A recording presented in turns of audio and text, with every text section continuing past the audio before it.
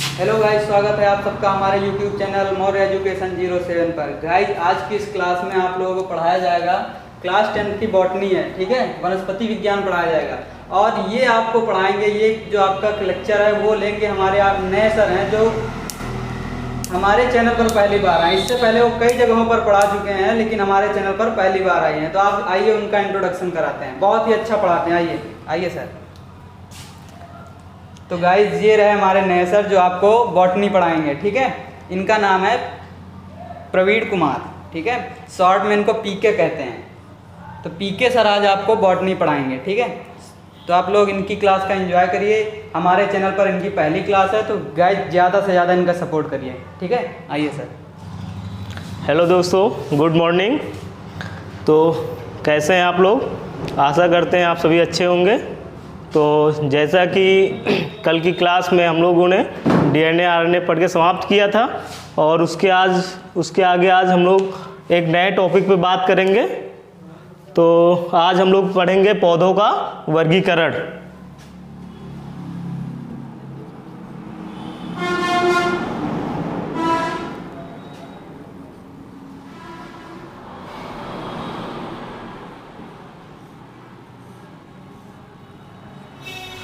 तो आज का टॉपिक पौधों का वर्गीकरण, बॉटनी वनस्पति विज्ञान के अंतर्गत हम लोग पढ़ेंगे पौधों का वर्गीकरण। तो बच्चों, पौधों का वर्गीकरण सर्वप्रथम 1883 ईस्वी में एक्लर तथा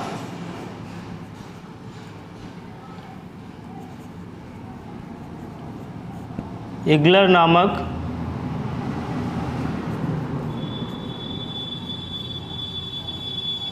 वैज्ञानिक ने किया था। तो बच्चों, इन्होंने पौधों का वर्गीकरण निम्नलिखित दो भागों में किया, ठीक है। तो आज हम लोग जानेंगे निम्नलिखित दो भाग कौन कौन से हैं। नंबर 1 क्रिप्टोगैम्स, नंबर 2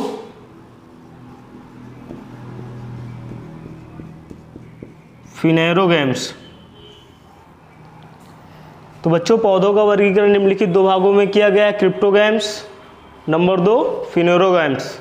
अब क्रिप्टोगैम्स के अंतर्गत हम निम्नलिखित 3 भागों में इसको डिवाइड करते हैं।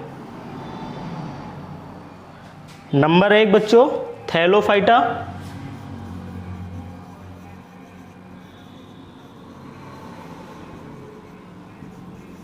नंबर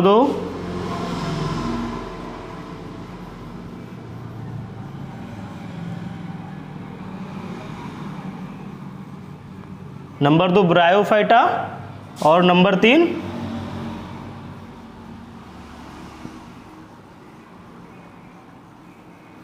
टेरिडोफाइटा, ठीक है। क्रिप्टोगैम्स के अंतर्गत बच्चों इसको निम्नलिखित 3 उपवर्गों में बांटा गया है। Number 1 Thallophyta, number 2 bryophyta, number 3 pteridophyta. और फिनेरोगैम्स को निम्नलिखित 2 भागों में बांटा गया है।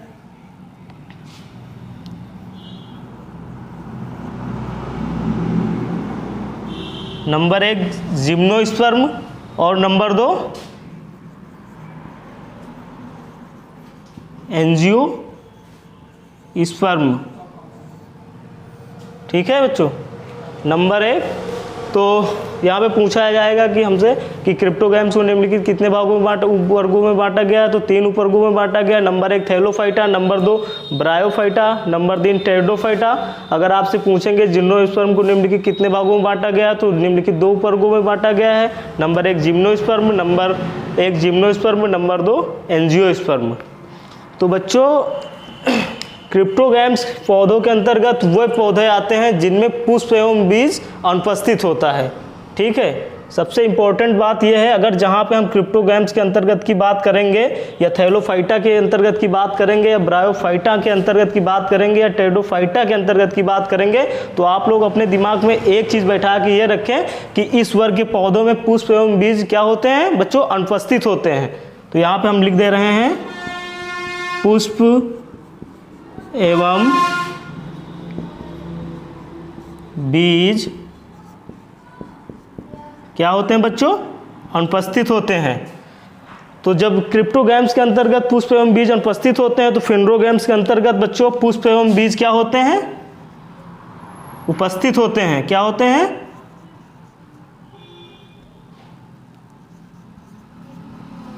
पुष्प एवं बीज प्रेजेंट होते हैं, शॉर्ट में लिखे दे रहे हैं, ठीक है, उपस्थित होते हैं, समझ लीजिएगा।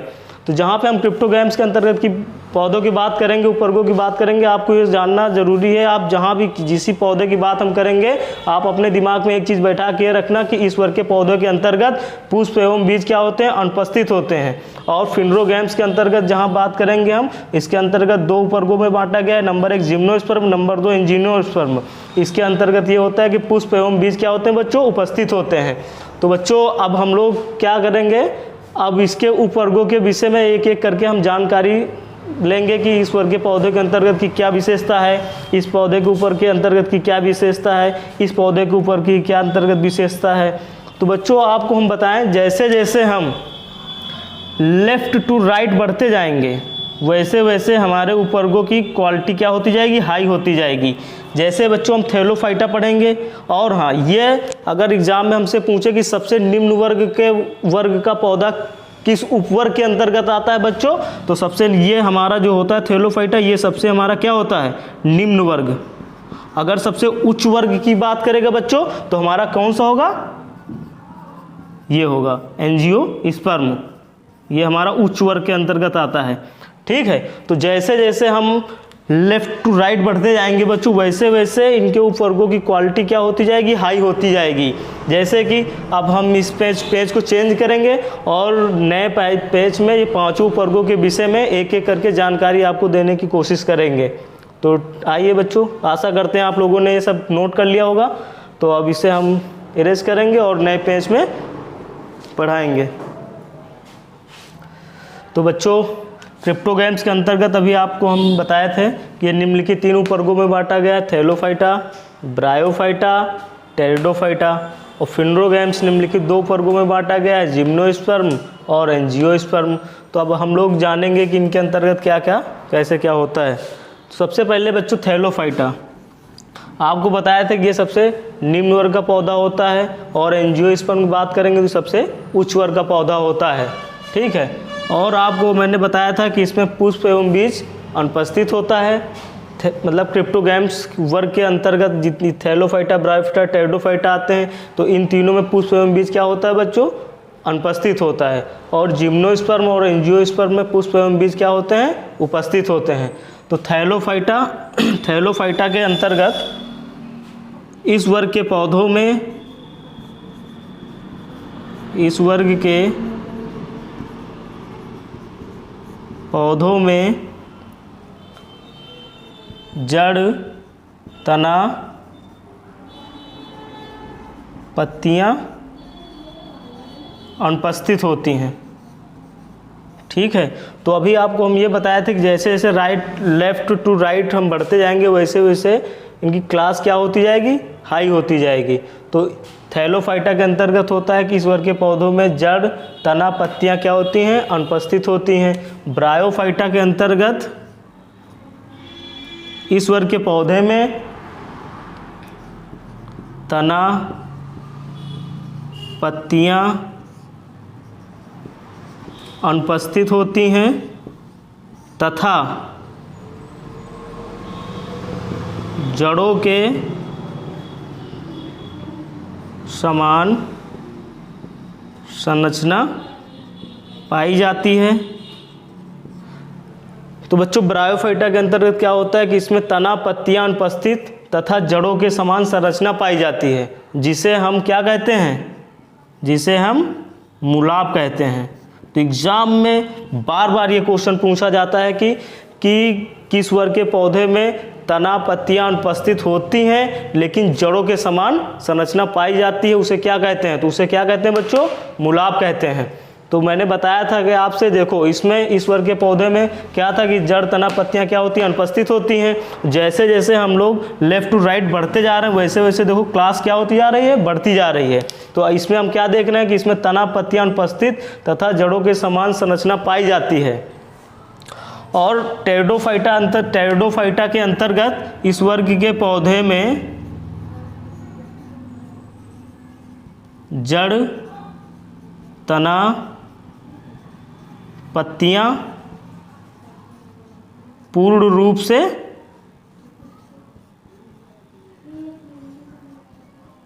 से बच्चों क्या होती हैं, उपस्थित होती हैं। तो एग्जाम में आपसे पूछेगा किस वर्ग के पौधे के अंतर्गत जड़, तना, पत्तियां पूर्ण रूप से उपस्थित होती हैं, तो बच्चों आप क्या बताएंगे, टेरिडोफाइटा। ठीक है। और इसमें ये हमारा जिम्नोस्पर्म, एंजियोस्पर्म, ये फिनेरोगैम्स के अंतर्गत किसके उपवर्ग हैं,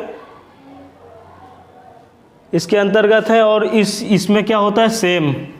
अब सेम का मतलब आप समझ जाएंगे ना कि इस वर्ग के, इसमें टेरिडोफाइटा में जड़, तना, पत्तियां पूर्ण रूप से उपस्थित होती हैं, तो जड़, तना, पत्तियां इसमें भी पूर्ण रूप से उपस्थित होती हैं, और इसमें भी पूर्ण रूप से उपस्थित होती हैं। तो सेम लिख दे रहे हैं, तो आप लोग क्या करिएगा, समझ जाइएगा। ठीक है बच्चों। और अब दूसरा पॉइंट अब हम लोग देखेंगे कि और क्या अंतर है। तो बच्चों थैलोफाइटा वर्ग के अंतर्गत इस वर्ग के पौधे में, इस वर्ग के पौधों में निषेचन तथा भ्रूण का निर्माण नहीं होता है, निर्माण नहीं होता है। तो बच्चों थैलोफाइटा इसमें पूछेगा किस वर्ग के अंतर्गत निषेचन और भ्रूण का निर्माण नहीं होता है, तो आप लोग क्या बताएंगे, थैलोफाइटा। तो बच्चों ब्रायोफाइटा के अंतर्गत क्या होता है कि इस वर्ग के थैलोफाइटा के अंतर्गत इस वर्ग के पौधों में निषेचन तथा भ्रूण का निर्माण नहीं होता है। और ब्रायोफाइटा के अंतर्गत इस वर्ग में सर्वप्रथम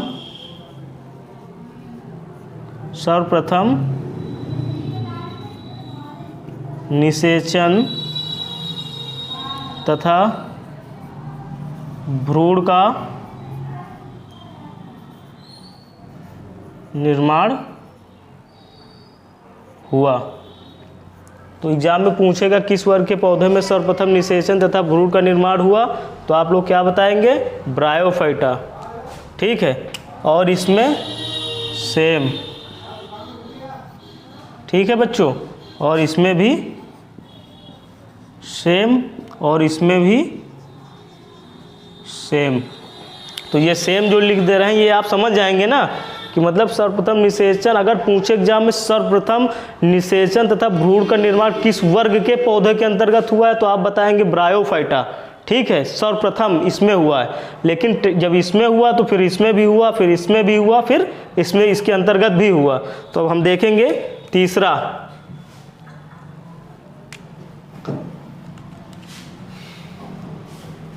पॉइंट।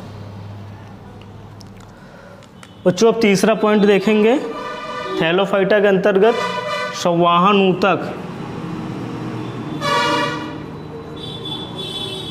ऊतक दो प्रकार का होता है, एक होता है जाइलम, एक होता है फ्लोएम। तो जाइलम के अंतर्गत क्या होता है बच्चों की, पौधों में जल पहुंचता है, फ्लोएम के द्वारा पौधों में भोजन पहुंचता है। तो इसके विषय में हम विस्तार से बात करेंगे। ठीक है। इस थैलोफाइटा के अंतर्गत संवाहन ऊतक जाइलम और फ्लोएम एब्सेंट होता है,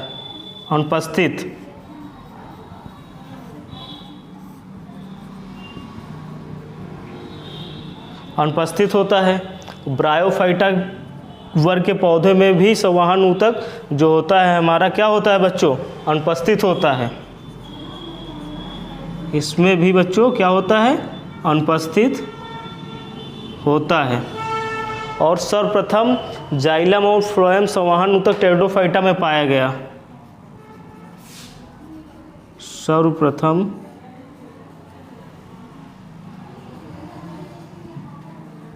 संवहन ऊतक टेरिडोफाइटा के अंतर्गत के ऊपर के अंतर्गत पाया गया। और बच्चों इसमें सेम, और बच्चों इसमें भी सेम। और बच्चों अब ये तो आप समझ गए होंगे। अगर पूछे कि किस वर्ग के पौधे के अंतर्गत पुष्प एवं बीज नहीं पाए जाते हैं, तो किस वर्ग के पौधे के अंतर्गत पुष्प एवं बीज नहीं पाए जाते हैं? क्रिप्टोगैम्स वर्ग के पौधे के अंतर्गत पुष्प एवं बीज नहीं पाए जाते हैं। अगर पूछे कि किस वर्ग के पौधे में पुष्प एवं बीज पाए जाते हैं, तो फिंड्रोगैम्स वर्ग के पौधे में पुष्प एवं बीज नहीं पाए जाते हैं, मतलब इसमें नहीं पाए जाते हैं क्रिप्टोगैम्स वर्ग के पौधे के अंतर्गत, और इसमें फिंड्रोगैम्स वर्ग के पौधे के अंतर्गत पुष्प एवं बीज पाए जाते हैं। और फिर बच्चों पूछेगा कि सबसे निम्न वर्ग के ऊपर के पौधा कौन सा होता है, तो थैलोफाइटा सबसे निम्न वर्ग का पौधा होता है। सबसे उच्च वर्ग का पौधा पूछेगा बच्चों, बताएंगे आप लोग, क्या बताएंगे? एंजियोस्पर्म बताएंगे। अगर पूछे एग्जाम में कि सर्वप्रथम किस वर्ग के पौधे में जड़ तना पत्तियां अब्सेंट, किस वर्ग के पौधे में, तो थैलोफाइटा वर्ग के पौधे में जड़ तना अब्सेंट होगा। तो बच्चों हम आशा करते हैं कि आप लोग ये तो समझ ही गए होंगे। लेकिन बच्चों ये जिम्नोस्पर्म और एंजियोस्पर्म में अंतर क्या है, तो थोड़ा सा इसको हम बता दे रहे हैं। जिम्नोस्पर्म के अंतर्गत वे पौधे आते हैं जो नग्न अवस्था में होते हैं, मतलब कि इन वर्ग के पौधों में, जैसे कि ये हमारा बीज हुआ, बीज के ऊपर ये जो आवरण होता है जिसे हम लोग कहते हैं बीजीय आवरण, तो ये हमारा इसमें क्या होता है? अनुपस्थित होता है। क्या होता है बच्चों? अनुपस्थित होता है। और एंजियोस्पर्म वर्ग के अंतर्गत जो हमारे बीज वगैरह आते हैं वो इसमें हमारा क्या होता है? बीजीय आवरण क्या होता है? उपस्थित होता है। जैसे कि जैसे चना हो गया, चना के ऊपर भी वो होता है, जैसे गेहूं हो गया, है ना। तो इस वर्ग के पौधे के अंतर्गत जो बीज ही पाए जाते हैं वो नग्न अवस्था में पाए जाते हैं। तो गाइस अब इसके आगे की क्लास हम लोग कल विस्तार से पढ़ेंगे, ठीक है। और कैसी लगी क्लास कमेंट करें, शेयर करें, अगर चैनल पर नए हैं तो सब्सक्राइब करें। धन्यवाद। जय हिंद।